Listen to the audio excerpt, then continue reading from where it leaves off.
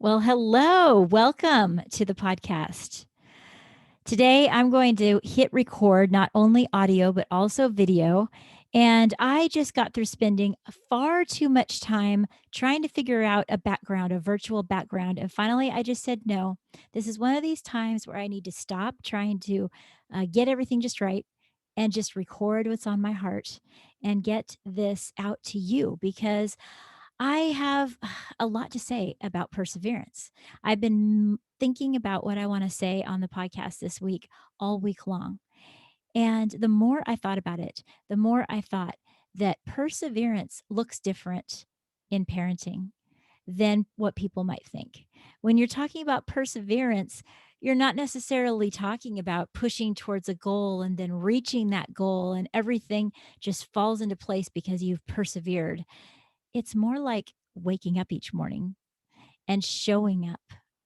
And sometimes it's doing the most difficult tasks from and the most gross tasks that when you were young, you'd be like, oh, I will never do that. Well, yes, now you're cleaning up, throw up, persevere through it. But even the smaller things, when your kids are acting very unlovable and you love them unconditionally, and you don't only love them in your heart, but it's a verb. You show it. You're showing love to your children every single day. Being a parent, that is persevering. That's persevering to me. I can remember so many challenges being a parent. I can remember so many times when I felt like, oh, this isn't the way I deserve to be treated or what I want to go through or what I want to be doing right now. These thoughts roll through your mind. But then you look at that child and you persevere because it's the right thing to do. Recently, I did a talk for a bunch of women on self care, and and when I was talking to them, I quoted some things that parents had told me in counseling. Some quotes like, "This is not what parenting was meant to be. I did not expect this. This is not what I signed up for." These kind of things. And these are thoughts that flow in and out of parents' mind every single day. What about the parent that's waking up to go to work early and spending very little time with their child, but they're working hard to be able to make sure the finances are there and available? And sometimes the kids, well, maybe all the time in some ways, because kids don't realize how hard it is to raise money and how hard it is to make money, I should say. And they're ungrateful. And they feel sometimes like, well, of course, my mom's or dad is working and coming back. That's what they do. But then it weighs heavy. And that is when parents persevere. When parents are going through fear, they need to persevere. I talked to a parent today. Oh, no, it wasn't today. It was yesterday that was going through a lot of fear because their child had fallen off in a banister. Uh, gosh, much earlier in life and fallen off of a second story banister straight down and lost their breath. And it was such a scary, scary moment that this parent is living in fear that another terrible thing might happen to our child. But don't we all sometimes get caught up in fear of what happens if something terrible happens to my child? We just love them so much and we don't want terrible things to happen. But when we rise up and persevere, and for instance, put them on the bus to go to a camp overnight or allow them to go to a friend's house when we aren't really, like, oh my gosh, how about if they just stay home after all? But it's a great situation. They're going to have enriching conversation and what they need with their friends. And we want to hold on to them when rather than hold on to them, we let go a little bit for the right reasons and we watch them bloom like a beautiful flower. That's a form of perseverance. It takes perseverance to be a parent. I mean, the way that we can wake up each morning and keep going and not just, get back under our covers is to be able to wake up and say, it is a fresh day and I will persevere. You guys know that I wake up each day and I check my vibe. I use it in my journal. V, what am I going to value? What am I going to find important? What am I going to be curious about? The I, the B, what do I need to be bold about? What do I need to stand in the gap for my children? And I am going to, and E, I'm going to enjoy every moment. I write VIBE in my journal and I write down those things and then I work to accomplish that in the day. And do I always succeed? No. Sometimes I fail. But when I pick myself back up, even if no one knows about it but me, that's when I've persevered. And those are the times when you will persevere through challenges. I want you right now to just think about the things you've done that's been successful to get through the challenges that you've had in the last month, 2 months, year. You might say, "Oh, I've done a lot of things I wish I wouldn't have done. I gave in to some, just forget it type of attitudes sometimes," or whatever that might be. Whatever that was. You know what? That is part of being human, right? But right now, I want you to look for, and it might take a minute longer, look for the things that you did persevere in a healthy way. Look for the times when you leaned into what was working, when you chose to be in the moment with your child, in the moment with them, no matter how hard it was, no matter what they were going through, that you chose to persevere in that moment with them. And you chose to wrap your arms around your child and hug them and tell them that you love them, even when they might not have been acting very lovable that day. These are the choices that parents make that they should be proud of. It's perseverance. I had to ponder this quite a bit as I was teaching perseverance all this entire month. I've been teaching it in classrooms with parents, with groups, with kids. And I began to have to take a hard look at myself and say, how do I persevere? What do I need to do? And it came down to that. It came down to the little choices each and every day. And then sometimes we screw up, and that is that's life. It was referred to me once as, "Did you have an adult temper tantrum?" And I thought that was really funny. I'd never heard that term before. I'm like, "An adult temper tantrum? Huh." And then I tried it out on my husband when he was having what I would consider to be, yes, most definitely an adult temper tantrum. He didn't really appreciate me saying that in the moment, come to find out. It maybe not quite the right timing. I could have, fine-tuned that a bit, but don't we all sometimes just throw a temper tantrum just like a 3-year-old? And then we have to catch ourselves and say, "Okay, how about I actually act like an adult rather than falling into a temper tantrum about this?" Oh, well, I happen to be an Enneagram 8. Wow, that's a hard word for me to say. I did the test because my oldest daughter really wanted me to. And then just like an Enneagram 8, I was like, "Cool, now I know. I don't need to look into it anymore. I'm good. I'm moving forward." And recently, I was watching my daughter play volleyball, and I ran into Typology, the podcast Typology, and I highly recommend you guys listening to it. It's great. But I decided, you know what? I'm going to look up the Enneagram 8. They've got to have an episode about it. So I listened to it while I was watching volleyball, and it was like the person that was the guest could have been me. Everything that they said about the way that they thought and reacted to things was the way that I react to things. And it was affirming, but it was also kind of trippy. And I was like, all right, I think it's about time I learn a little bit more about myself and a little bit more about this. Because one thing I learned in that podcast is that apparently the Enneagram 8 doesn't really see problems in what they do very often. And if there is a problem, the last thing they would think is that it would be their fault. It's not like they're blaming others. It just doesn't dawn on them that it might be because of them. And I laughed. I'm like, wait a minute. That's most definitely me. That's most definitely me. I can't count the number of times that in the moment I've been like, what? What's the problem? And then later on, I think about it and I'm like, oh, that was the problem. All right. Okay. Got it. That was definitely my bad. Needless to say, I have gotten pretty good at going back and apologizing because I know the importance of being humble and I know the importance of owning up to issues so you can get to the other side.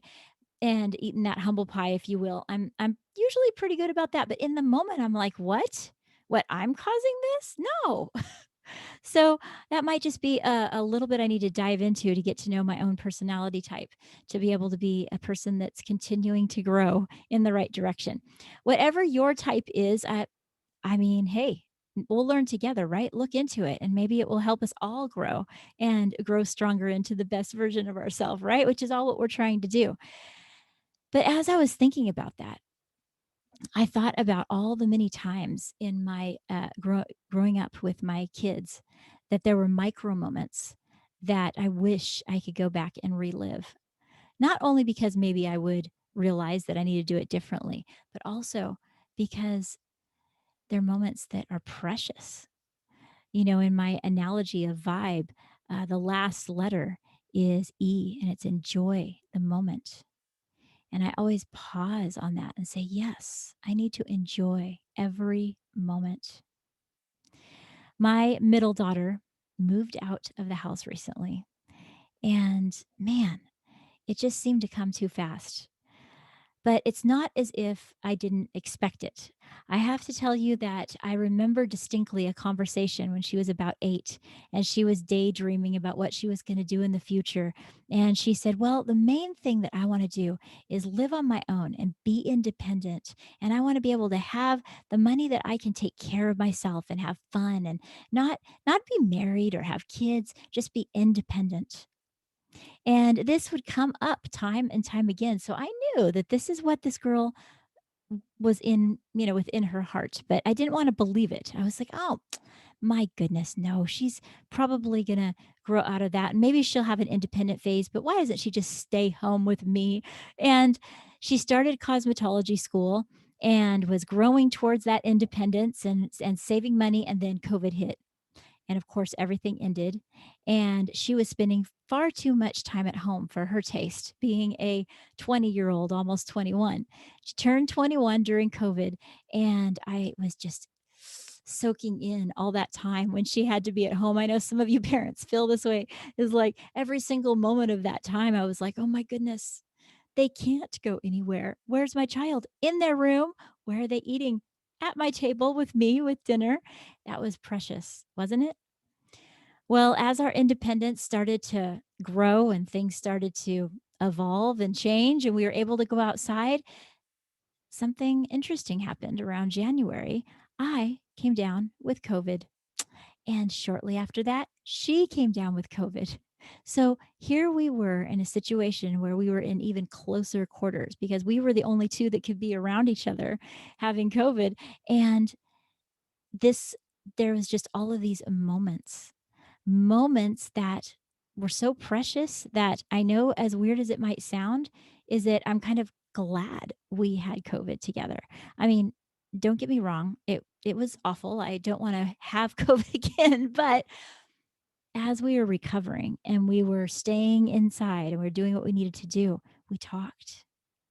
And here's a perfect picture of something that you don't want. We were doing everything we could to avoid it. Washing hands, sterilizing, washing everything down, stay home, everything. Nonetheless, here we were working through it. And then wonderful things happened. You can enjoy even those moments. And we had some very deep talks. The crazy thing is that she felt comfortable enough to open up to me about things I had never heard before.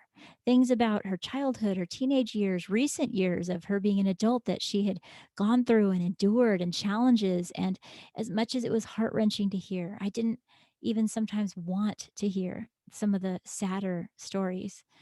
But then again, I did want to hear. I felt privileged that she would share those things with me. And we sat in those moments, and I don't know, I can't even really explain how it felt because I knew in my heart that her time here at our house was coming to an end. I knew that she was saving to move out and that she could have already been gone if it wasn't for COVID, and that was precious. But I knew that the perseverance that I had showed as a parent through all of the years of helping her grow up, um, it was almost like that moment of her sharing was speaking to me on a very deep level. Because Cassie had many times where she tried me. She's the type of person where, as much as I would like to have this not be the case, she tends to learn from her mistakes. And as she learned from her mistakes, that's not always easy for a mama. Never easy for a mama. And then knowing that it's almost time for me to even practice perseverance in letting her walk out and into the world, into her own space, and continue to grow and just blossom. Will she still make mistakes? Yes. But it was, yeah, I felt that heaviness, but also the loving kindness that we were having between us. And sure enough, she recovered and got a job and worked. And pretty soon she found a place and she said, I'm moving out. And she's a very proactive person. I mean, when she decides something, she is on it. It is it's actually very inspiring. If you're ever around her, you're like, dang, this girl is on it. And she packed up and did her thing, and we helped her and went and checked out her new place, and there she went. And then the silence of not having her check in and the room across the hallway from us being empty. It felt so different. And there's emotions that flood over me like, oh, maybe she's not making all the choices that I would have her make. And all of a sudden, I realized that, persevering to the end of parenting, if you will, that you're never not a parent, but the end of the journey that you're raising them, it doesn't mean that you're raising them into being a clone of you. That it doesn't mean that you're doing right by them if you make a clone of you at the end of it all and that they're just morphing into something that you want them to be. Doing right by your child means that you are walking alongside them so they can be the person that they were always meant to be, so they can grow into the person that they were always meant to be. That's why you persevere in parenting. That's why you continue on, is because eventually then they're going to take the torch and continue on. And sometimes, no, they are not going to continue on in the path that you ever expected or even wanted. But that, my friend, does not mean that you are not successful in your parenting journey to persevere and raise your child in the way that they should go. And there's there's things about my daughter that I watch and I just say, "Wow, what is going to become of those amazing traits that she has?" Well, this is just the beginning of when I'm going to see that. I'm going to see it from afar. I'm going to watch and see how she endures, the choices that she makes. And I'm excited for that journey, but also a little sad. If any of you have already been through that, maybe you can identify with some of how I feel. And if so, please reach out to me. Let's chat about it. Let's collaborate. Go over to Solution Focused Families. That's my website, or my website. That's my Facebook room. My very own Facebook room for my families are Solution Focused Families, because as you know, I'm a solution focused climate specialist. That's kind of my desire, is that all of you guys will learn solution focused strategies that you can use in your life and with your kids. So hop over to Solution Focused Families and we'll chat. All right. Send me a message. That would be amazing. Or share the focused mindset on Instagram. We'll chat. But those of you that are right in the thick of your journey and you're raising your kids, and there's some things that sometimes you just feel like, I don't know if I can go on. I don't really want to continue teaching them the lessons that they don't tend to learn, or separate them when they're fighting, or figure out how I'm going to support them when they have maybe an IEP meeting, or just with the teacher, or when they've got themselves into trouble. Persevere. And that just means breathe and be your full self and be your best self and just walk forward and say, I'm going to finish what I started. I'm going to finish it strong. I'm going to finish right by me. And right by me is it feels wonderful when you're living in that space. Yes, own up to the times that you fell. Yes, own up to that. But sometimes you just need to say that, the parent that my child has is enough. And that's me, and I'm enough. If I'm working a lot of hours, that's the space I'm in now. I'm going to be the best person that I can be in that space. If I'm home and I feel like I hardly get out and sometimes can't even have time to put on makeup, that's where I'm at right now. If I'm feeling down and dealing with heavy, heavy feelings and I'm seeking out help and I'm seeking out guidance, that's where I'm at right now. Let's love each other through it. Let's care about each other through it. There's a lot of lessons to learn in saying, I'm going to choose to persevere. And it's not an easy thing to do. And we should do it. We should do parenting in community together. Seek out the resources that you have when around you, when you are starting to feel like, oh, I just don't know if I can go on. I don't know if I can persevere. Because many times there's a window open that you didn't even realize of a group of people that can come along and support you. Find your tribe is what, you hear that term, but that just basically means find a group of people that can come around you and be your cheerleaders. And that is one thing that's helped me so much in many arenas. But sometimes we just have to pat our own self on the back and say, you're doing a great job. You're doing a great job, dad. You're doing a great job, mom. You're doing a great job, adult that's breathing life into this child. You are raising an adult in training. They are going to be an adult for the majority of their life. And you are creating memories that they're going to carry with them forever. So do right by you because of that reason. You're raising a child that is going to lead our next generation. You have no idea what they're going to accomplish or what they're not going to accomplish. But that is for another day. Today, your job is to persevere. So I'm going to encourage each and every one of you to look for ways that you have persevered. What has worked for you? Celebrate that. And then look for ways that you can do more of that moving forward, knowing that every single step of your journey in parenting is a memory and is important, is something to enjoy. When you hear the term it flies by, it truly, really does. And if you can enjoy the good times and see the joy in even the training times and the hard times, that takes a little more effort, but it's there. You're living in that moment with full acceptance, with full buy-in. And I know that that's the kind of parent that you strive to be. So thank you for joining us today in this episode. I want you to know that you're always welcome with the Focused Mindset community. Hop over to my website, thefocusedmindset.com. You'll always get tons of wonderful solution focused resources. As a matter of fact, on July 19th, I'm going to have 2 free webinars where we're going to be talking about ending the school year strong. We're going to be talking about strategies to have peace in your home, and I'm going to do live Q&A. One is at 8:30 in the morning Pacific Standard Time, and one is at 6:30. If you want access to that, then hop over to my website, thefocusedmindset.com, and then you'll see the button on the top corner saying access to the free webinar. That is May 19th. And if you're listening at a different time, go to the website and check it out because I'm sure I'll have another date coming up where I'll provide those free webinars. I want you guys to be able to grow into the best version of yourself.